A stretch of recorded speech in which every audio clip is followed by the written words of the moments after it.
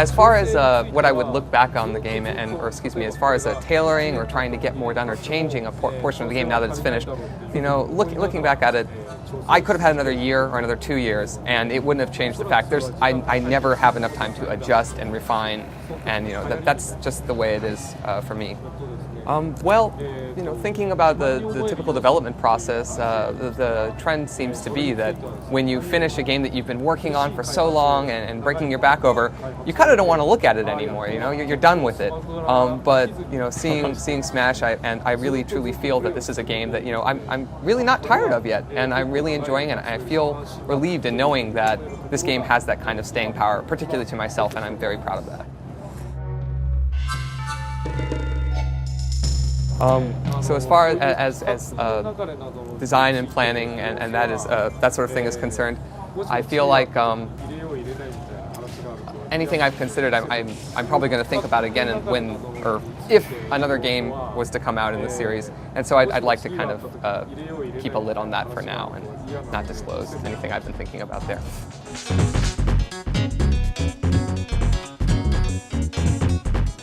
When I first started making Smash Bros. Brawl, especially particularly between friends, so friend matches, I thought it would be wonderful to have both voice chat and potentially keyboard-based chat as well. But there are all sorts of rules and regulations regarding this kind of communication, especially working on the platform on which I'm working. And so, it was apparent to me that it just couldn't come together. We weren't going to be able to do it, and so we decided to cancel that. So yeah, I'm very sorry about that. But if you're really desperate for it, how about you could set up Skype next to your game station and go at it with a friend, if you like.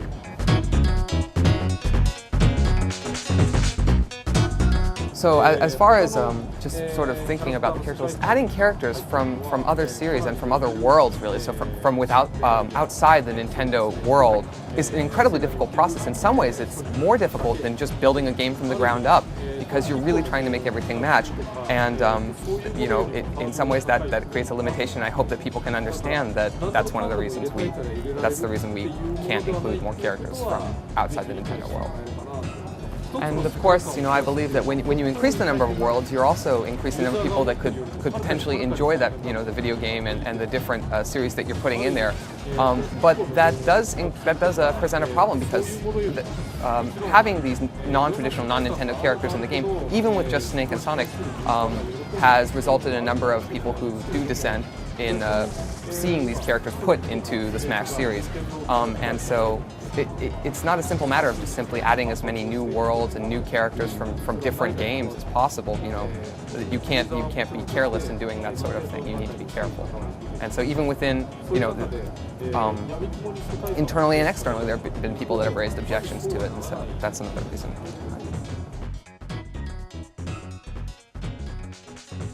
No, there are no characters that can be unlocked via connecting to Wii 24 or interacting with that fashion.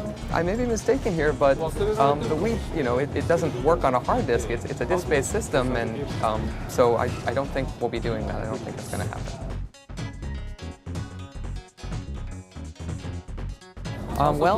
The series has already come 3 iterations, and so I can't certainly say with 100% confidence that there won't be any additional Smashes or Smash games ever. But at the same time, I'd really like to note that I feel like with this current game, with Brawl, there are already so many modes and so much to do that it's really hard to exhaust what you can do with this game, and that I'm really against the idea of merely creating a sequel that would add modes or increase the number of characters in the roster. All those sort of things that just simply fatten up the game are something I'd like to avoid if a sequel ever came out.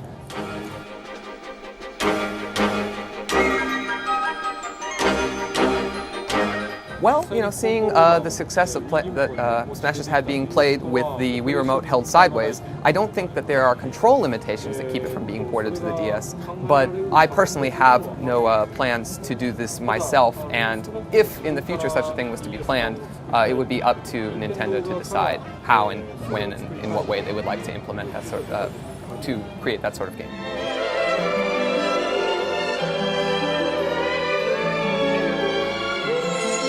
Well, I'm sure that, people hitting ranks 1 through 10, were there such a ranking system, would be incredibly pleased with it and having a lot of fun. But, it's not all fun for everyone involved, per se, were such a system to exist. I was asked this time around to try and get Wi-Fi into the game, and so certainly we've managed to get, wireless battles so you can play with people in other places. But it's really a game that, in my mind, has been designed to be played with a smaller group of people, be that a group of friends or within your house, your family members, being in those, competing in those small circles and not really worrying so much about winning and losing so much as the process that gets you there and enjoying it is where the fun should hopefully be for a lot of people. And it can also be kind of trying and painful for some people who want to be the top. They think they're really good at Smash, and then they look at their online ranking and they're the 100,000th best Smash player. That sort of thing I'd find, that could be painful for some. So that's some of the reasons why I've decided not to go with leaderboarding. When thinking about this game and when realizing that we were going to do Wi-Fi, we had to think a lot about the whole idea of net communication, communicating over the internet, and understanding that when we were doing this, one of the things that we paid a lot of attention to was the fact that there are a lot of unpleasant experiences to be had out there, be that being insulted over the internet or that sort of thing, and it's one thing if you're used to it. If you're playing a first-person shooter online with 16 people and these guys and they're trading things back and forth and yelling at each other, that's all well and good. But when you've got new people, and one thing I've aimed to do is really to bring new people into the fold, and if this is their first online experience, I want it to be a pleasant one. I want to dodge and avoid those kind of situations that could make the whole experience online psychologically damaging or unpleasant. So that's one of the reasons we've decided to not include that feature.